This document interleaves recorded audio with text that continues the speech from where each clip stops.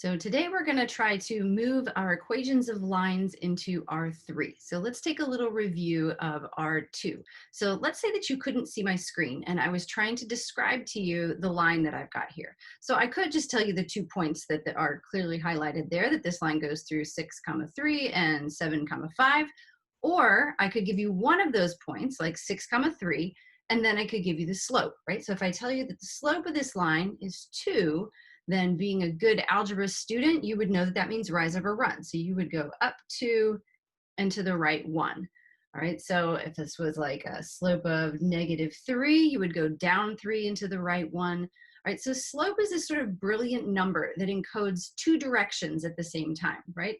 By dividing it as a ratio, it gives you both the x direction and the y direction. So just by knowing a point, you can get the direction of the line out of the slope. So how are we going to do this in 3 dimensions? All right, so here we are in 3D, and of course, this is a calculus class, so the line I chose to draw is a tangent line to a curve. We've got this kind of cool elliptical coil going on here, and we want to talk about the equation of the line that's tangent to this curve. All right, so I could start off kind of in the same way we do in 2D by telling you a point that's on the line. Let's turn on a point. All right, so that tells you where to start. But now how do I convey that information that slope gave us in 2 dimensions? Slope told us the x direction and the y direction to get to the next point on the line. In R3, I have to convey to you the x direction, the y direction, and the z direction. So slope is not going to work. We can't divide 3 numbers into 1 number, right? So the way that we give direction in R3 is with a direction vector. Right? So I've given you a point, and then I give you a vector that says, go that way, and then you can draw the line. Right, so we need a point and slope in R2. In R3, we're going to need a point and a direction vector. All right, so here in black, I've got the line that we're going to try to find the equation of. Pretend that's floating out in R3 somewhere. And P is the point that you are given the coordinates of, and D is the direction vector that you're given the components of. So how can we put these 2 things together in some kind of equation for the line? All right, so when you're finding an equation of anything, you're trying to describe a generic point on that curve or line. So I'm going to put just a generic point here and say any point on this line, x, y, z, is going to be described by this equation. So I'm going to give that point a name because I want to think about what is the relationship between these 3 pieces that I have, p, q, and d. Okay, well, let's think about p and q together as a vector. All right, so if I draw the vector from P to Q, we'll call that the vector PQ. All right, so now maybe you can see we've got vector PQ and vector D, and those 2 vectors have to be parallel. And so let's state that fact. PQ is going to be parallel to the vector D. Okay, so how can we write that as a mathematical statement? An equation. Let's see, well, PQ, we know how to find a vector and component form between 2 points. So let's do that. PQ, remember we just subtract coordinate wise. We're going to subtract Q minus P for the X, Y, and Z coordinates. So I'm going to do Q minus P, Q minus P, Q minus P. So that's the vector PQ. And it's parallel to that vector ABC. So it's not equal to it, but parallel. Remember that parallel vectors are constant multiples of each other. Okay, so this PQ vector is always some number, and I'm going to use T for that number, times A, B, C, our direction vector. All right, and that actually is what we're going to call the vector equation of the line. I'm going to rearrange it a little bit because we don't usually write it in this format, but this is basically it, that PQ is parallel to D, just written in equation form. All right, so over on the left there, I have this vector that's got a lot of subtraction in it. I'm going to kind of unsubtract 2 vectors that would give me the same thing. Okay, so remember, vector subtraction, you just subtract component-wise.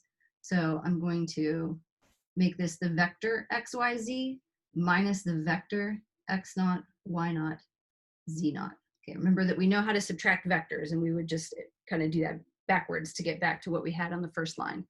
And then that's equal to T times A, B, C.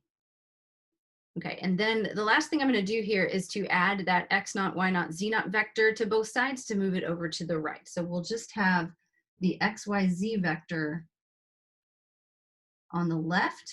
And then if I add that other vector to both sides, I'll get it positive over here on the right,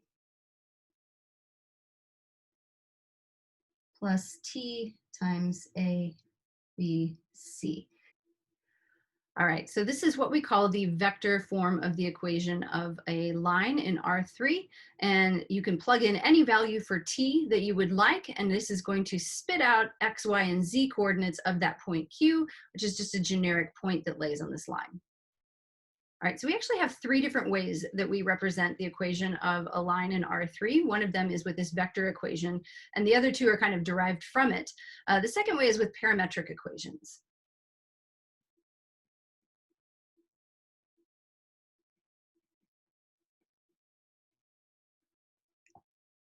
So remember that parametric equations, you're going to get one equation for x, one equation for y, one equation for z.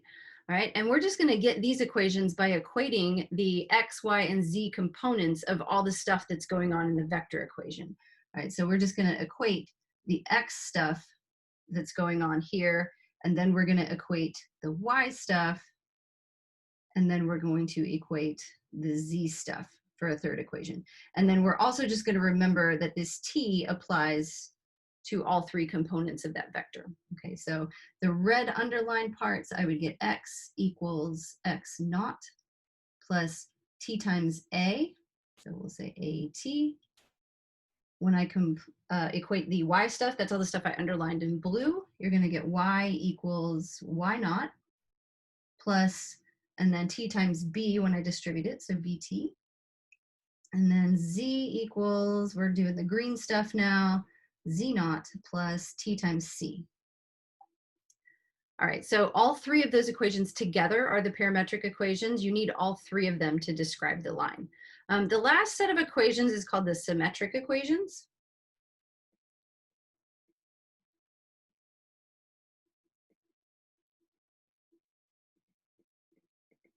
And I sort of hate these equations, and I'm teaching them to you because it's my duty as your Calc 3 professor to do so, but I really don't like them very much.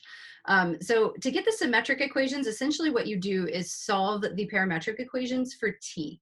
So I would come up here and I would solve this equation for t. So I would take x over on the left, I would subtract that x naught from both sides. So I'd say minus x naught, and then I would have to divide by a to solve for t. And you would do the same thing for all three of these equations. You would say subtract y naught from both sides and divide by b. That would be equal to t. And then here I'd take z, subtract z naught from both sides, and then divide by that c coefficient. All right. So since all three of those expressions are equal to t, all three of those expressions are equal to each other. So this is how we write these symmetric equations, that all this stuff in red on the left-hand side equal to t, x minus x naught over a is the same thing as y minus y naught over b, and then z minus z naught over c. All right, which looks weird to me because you got those two equals signs. It's three different equations that are simultaneously equal to each other. So it does absolutely represent the line perfectly. I don't love these because if you get a case where one of the a, b, or c, remember those are the components of the direction vector, if one of those is equal to 0, then it kind of throws this for a loop because you would be dividing by 0, so you have to rewrite that part of the symmetric equations, and we'll get there when we get there.